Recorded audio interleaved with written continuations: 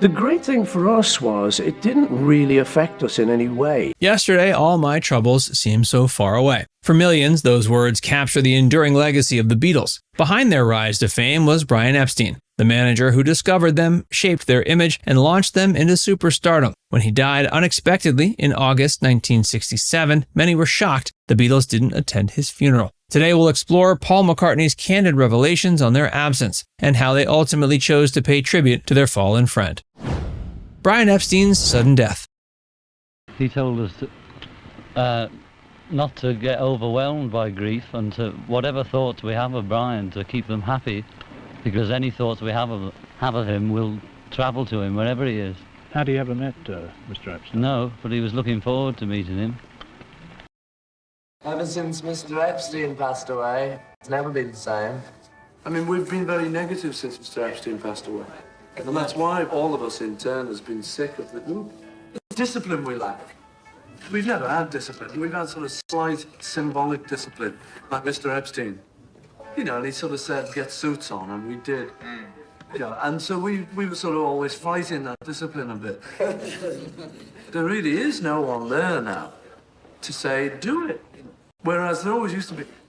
But Daddy's gone away now, you know. The death of Brian Epstein on August 27, 1967, sent shockwaves through the world of music. Only 32 years old, Epstein had been more than just a manager for the Beatles. He was their guide, their advocate, and in many ways, the fifth member of the band. His untimely passing came at a turbulent time in the group's trajectory, just as they were navigating life after touring and expanding their creative boundaries in the studio. The official cause of death, an overdose of sleeping pills, was ruled accidental, though speculation about Epstein's struggles with depression and loneliness has persisted. His passing marked the end of an era, not only for the Beatles, but also for the broader cultural revolution of the 60s. His personal life added layers of tragedy to his story, as Vivek J. Tiwari reflected in his research for The Fifth Beatle, the Brian Epstein story. Epstein was a gay man living in a time when homosexuality was still criminalized in England. While the summer of love was sweeping across London and San Francisco, celebrating freedom and expression,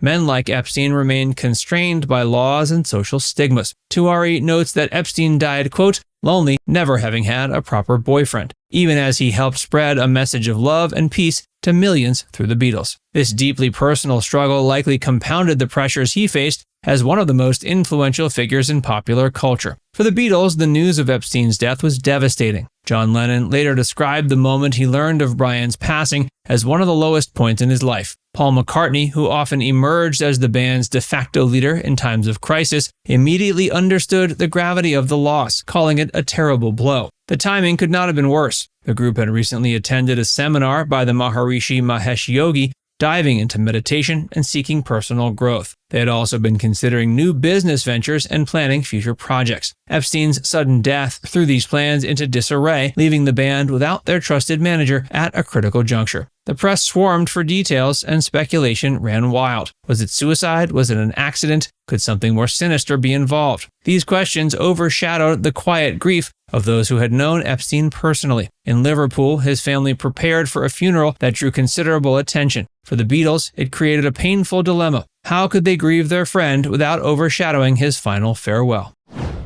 Why the Beatles didn't attend the funeral. John, where would you be today without Mr. Epstein? I don't know. Are you driving down to London tonight? Yes, somebody's taking us down here. You heard the news this afternoon, I believe. Yes. And Paul's already gone down? Yes. I see. You've no idea what your plans are for tomorrow? No, we'd just go and find out, and just have to play everything by ear. 2 days after Epstein's death, his funeral was held at the Greenbank Drive Synagogue in Liverpool, but the Beatles were conspicuously absent. For fans, this was shocking. Here was a man who had transformed their careers, turning them from a local club act into the biggest band in the world, and yet they were nowhere to be seen on that solemn day. It wasn't until later that Paul McCartney provided an explanation. According to Paul, the choice not to attend the funeral came out of respect for Brian's family. The Beatles knew their presence would turn the funeral into a media circus, drawing throngs of press and fans that would overshadow the private grief of the Epstein family. McCartney explained that they wanted to allow Brian's parents and relatives to mourn without the distraction and spectacle that inevitably followed the Beatles everywhere they went. In his words, quote, "We knew that if we went, it would create a scene, and it just didn't seem right." This rationale might seem cold to some, but it reflects the immense level of fame the band carried in 1967. At the height of Beatlemania, even solemn occasions became media events. Had John, Paul, George, and Ringo shown up in Liverpool, the funeral would likely have become a frenzy of photographers, screaming fans, and news coverage focused more on their appearance than honoring Epstein himself. For the band, staying away was a painful but pragmatic choice. That doesn't mean the decision came easily. Those close to the band have said their absence weighed heavily on them. John Lennon in particular felt conflicted about not attending, but ultimately went along with the group's consensus. The memorial service at New London Synagogue.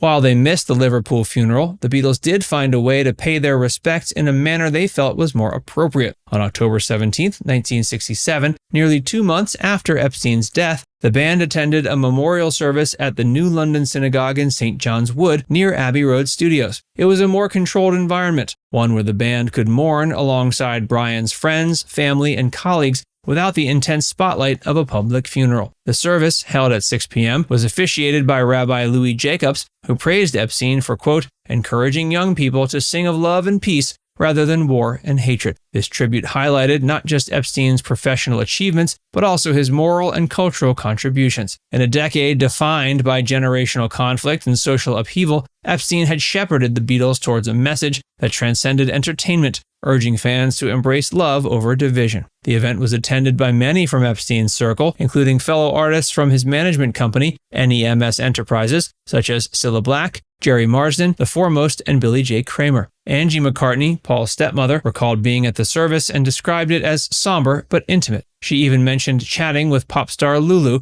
who made a memorable impression by wearing hot pants held up by suspenders, an unusual choice for a memorial, but one that reflected the unique fashion sensibilities of the era. Press photographers were barred from entering the synagogue, allowing the mourners to have a rare moment of privacy. Brian Epstein's legacy. Will you take any special precautions, any special security arrangements? Not special. The American tours have always been extremely well arranged and well handled, and the boys always look forward to their American tour. I think the problem was we were starting to feel we didn't really need much management. We are now in the studio making Sgt. Pepper. And Brian kept out, to give him, again, to his credit, he kept out of our face in the studio. In fact, we actually wanted him to visit a little more because we liked him. So it was always nice when he showed up, but he was very, no, I won't interrupt. I'm just 2 seconds. Gotta go. To fully understand the emotional weight of these events, it's important to appreciate just how pivotal Epstein had been to the Beatles' success. When Epstein first discovered them performing at the Cavern Club in Liverpool in 1961, they were rough around the edges, brimming with talent but lacking direction. Epstein took on the role of shaping their image, convincing them to trade their leather jackets for tailored suits and presenting them as a polished, charismatic group ready for a global stage. He was also a shrewd businessman who navigated the treacherous waters of the music industry on their behalf. While he made mistakes, most infamously in negotiating some of their early publishing deals, his vision for the Beatles was nothing short of transformative. He secured them a record deal with EMI's Parlophone label, brought in producer George Martin, and managed their rise from local sensation to worldwide phenomenon. Paul McCartney speaks out. George and I were sitting on this bed, and Brian was sort of lying there rather grandly, as he would. He was very grand. Brian's greatest, This was Brian's expression. What do you think of it? Everything was, So, you knew exactly what he meant.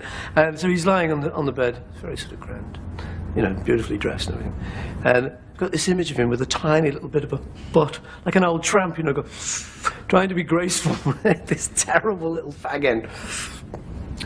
And actually we all got stoned, and we're giggling. It was giggling times. We were giggling uncontrollably, and Brian was looking at himself. He's going, Jew. Hysterical. In later interviews, Paul McCartney elaborated on the decision to skip the funeral. Quote, "We didn't want to turn his funeral into a circus," McCartney said. "We wanted to let his parents have a proper, quiet goodbye." He also reflected on what Epstein had meant to him personally. He credited Brian with giving the Beatles the confidence and structure they needed to succeed, calling him a lovely guy who, quote, believed in us when nobody else did. These comments underscore the deep gratitude McCartney and the other Beatles felt towards Epstein, even as they wrestled with how to publicly express their grief. Paul's candid remarks over the years have helped fans better understand this painful chapter in the Beatles' history. They remind us even cultural icons are human, grappling with loss, guilt, and the difficult choices that come with living in the public eye. Now it's time to hear from you. Do you think the Beatles made the right choice by skipping Brian Epstein's funeral, or should they have attended despite the inevitable media circus? Let us know in the comments section below.